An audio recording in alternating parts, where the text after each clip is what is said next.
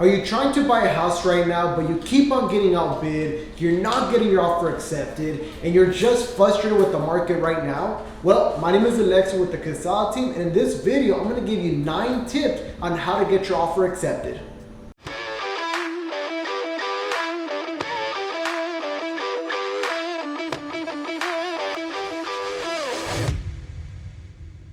All right, tip 1, see the property first and be the first one to write the offer. So that's super important. Right now, you don't have the luxury to wait on a house.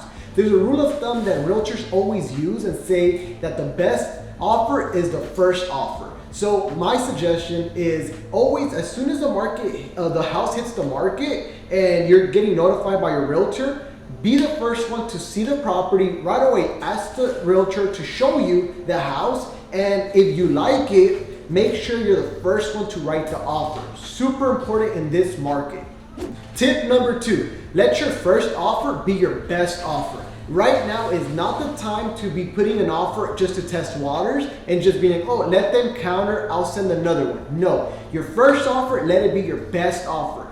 Throw it all out there and make sure in this market, make sure your offer is above ask price. I mean, we know houses are gonna sell above list price, so make sure from the beginning it's the best offer and you are submitting above ask price. Of course, consult with your realtor, make sure that it does make sense with the property, but go big, go home. So right away from the first offer, make it your best offer and above ask price. Tip number 3, cover your own closing costs.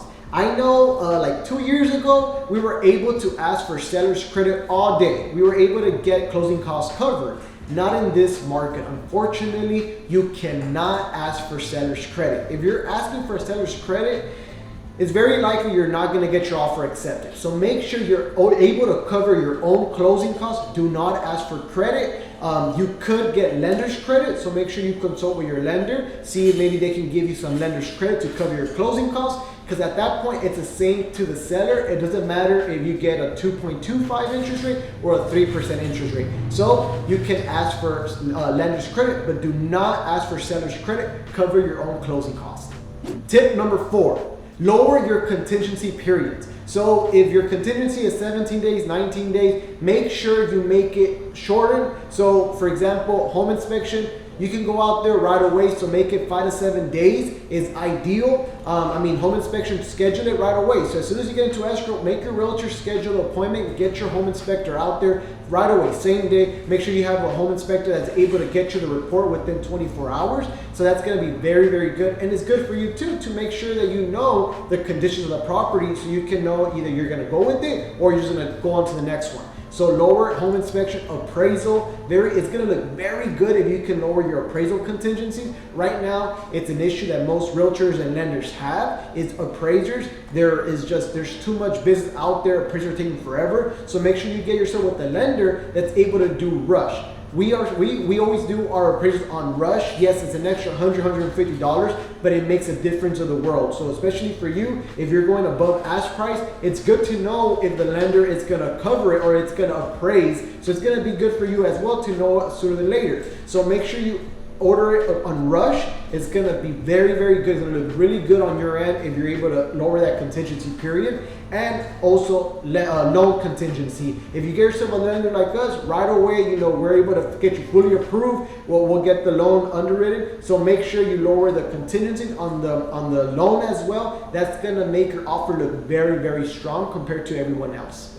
Tip number 5, write a letter to the seller or even send them a gift. I know some sellers, they don't care. It all depends on the seller. Some sellers, all they care about is the money. They don't care about anything else. But there is a lot of sellers that actually care about that kind of stuff. They care about who's going to be the person that's going to buy their house. They care who's going to be living there because there's so many memories there. They want someone else to enjoy it. So you'll never it's just insane how many times I've got my clients accepted with a letter. Even there's 5, 10, 15 other offers above, they could go with yours just because of a letter. Obviously, be genuine, be real with your letter. But if you do a letter, it's not a guarantee, but it's a very good chance that it's gonna help you out. And the gift, obviously, who doesn't like gifts, right? A nice little gift basket. I mean, I know it could be frowned upon, but hey, you can do whatever you want, right? You can do whatever you want. So a letter and a gift, highly recommended. Tip number 6, and very important, a lot of realtors do not do this. It's very important. Have your realtor call the listing agent, who's the agent is representing the seller. Have them call them and just ask them, hey, my client really loves your listing. They really love it, but before submitting an offer, they want to know, and we want to know what's important to your seller. Obviously, is it the price? Is it contingency periods? Is it escrow time? Do they want rent back? Do they want to stay in the property? Ask them what's important to the seller so we can make sure that we write that in the offer. Very, very important, because you never know. What if to them a 45-day escrow is what they're looking for, not a 30-day, not a 20, not a 25. So very important to have your realtor call them and just ask them what's important to the seller, and it's gonna make your realtor look very good. And then for the other party, the other listing agent, they're gonna want to work with the realtor like that has good communication. And it's because a lot of realtors they're just gonna submit offers. They don't even care. They won't even ask. So by your realtor calling and asking, it's gonna look good on the realtor side, and it's gonna be important. So they're gonna let you know, hey, they want this. Hey, they want this. Like, do you think we should put that in the offer? So very important. A lot of realtors don't do that because they're too busy or they're just not professional. So make sure you ask them to call the listing agent, ask what's important to the seller.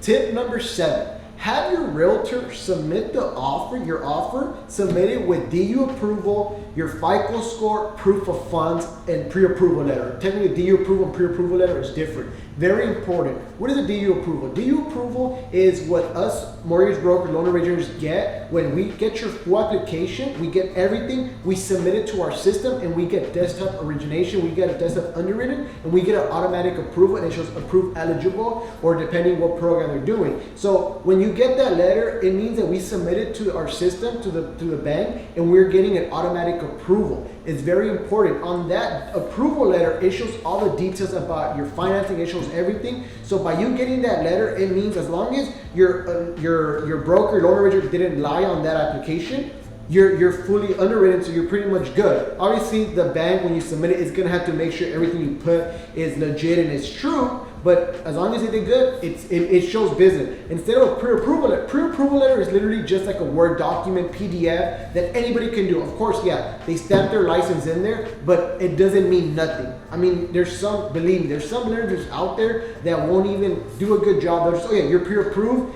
without it. So pre-approval letter doesn't mean nothing. So the DU approval, LP approval, depending on the program, it shows everything. It shows to the other realtor that you've been underwritten already. The lender actually took their time to submit your application. And then your FICO score, obviously very important to show, hey, my client, look at the credit score. They're qualified. And then the proof of funds, obviously that shows that, hey, my client here's their offer, but here's the proof of funds backing up that offer. Here's the money that they have in their bank account. So it shows that you mean business. Instead of just submitting the agreement, the offer, you submit the offer with everything that's backing it up, because an offer doesn't mean nothing unless it has everything to back it up. So it makes a difference in the world to the realtor, the seller, showing, okay, look, they've been fully underwritten with the lender, they mean business, okay, that offer looks good. Instead, I've had so many times realtors just send me just a letter, just the agreement, no, just the offer, nothing else. Like, how do I know they're approved? Where's your pre-approval? Who's doing the loan? Where's your FICO score? So make sure your lender submits a full offer with everything. And if your realtor's not doing that, your lender's not doing that, make sure you change teams. Tip number 8. So this one's important as well. Make sure your lender calls the listing agent. Very important for the lender to call the listing agent and let them know, hey, John Doe is, I'm the lender for John Doe. They submit an offer on your listing. Just want to let you know that they're fully approved. I already looked at their FICO score. I ran their credit. I looked at their pay stubs. Everything super clean file. This is what I do. Blah blah blah. They're super good. Do you have any questions on it? It's super powerful because it shows, again, because remember, the realtor is going to work with the other realtor, right? The seller's agent is going to work with the buyer's agent. They want to make sure that the listing agent wants to make sure they're going to be working with the powerful team, because a lot of realtors they suck, lenders suck, there's no communication, you don't know what they're doing. So by you by your realtor and your lender, give them a call and show, okay, there's good communication there. They mean business. Super, super important. Have a lender, just give them a quick call, 30-second call, just ask them, hey, or just let them know that you're really good, you're pre-approved, everything is good. Make sure if they have any questions to let them know, etc. It goes a long ways from, just that lender giving them that quick call. And tip number 9, last one. This one's a good one. So have your realtor look for off-market properties. What does that mean? Properties that are not even for sale yet. Properties that haven't even hit the MLS, haven't hit Zillow, Realtor. These are the properties that the seller is thinking of selling, but there's nothing official yet. If you get yourself across an off-market property, there's no competition. It's just you and the seller. And imagine that. You're just negotiating. No above ask price, no bidding war, no nothing. Just seller to you, exclusively to you. These are the best ones in this market. That is what you have to do. You have to find off-market properties. Now, for you, how do you find off-market properties? I mean, it can be friend, family, someone that you know, so a neighbor, someone that you've talked to that that is selling or is thinking of selling, but in reality, it's going to be hard for you. So you got to find a team, a realtor that has things in place to be able to find you these properties.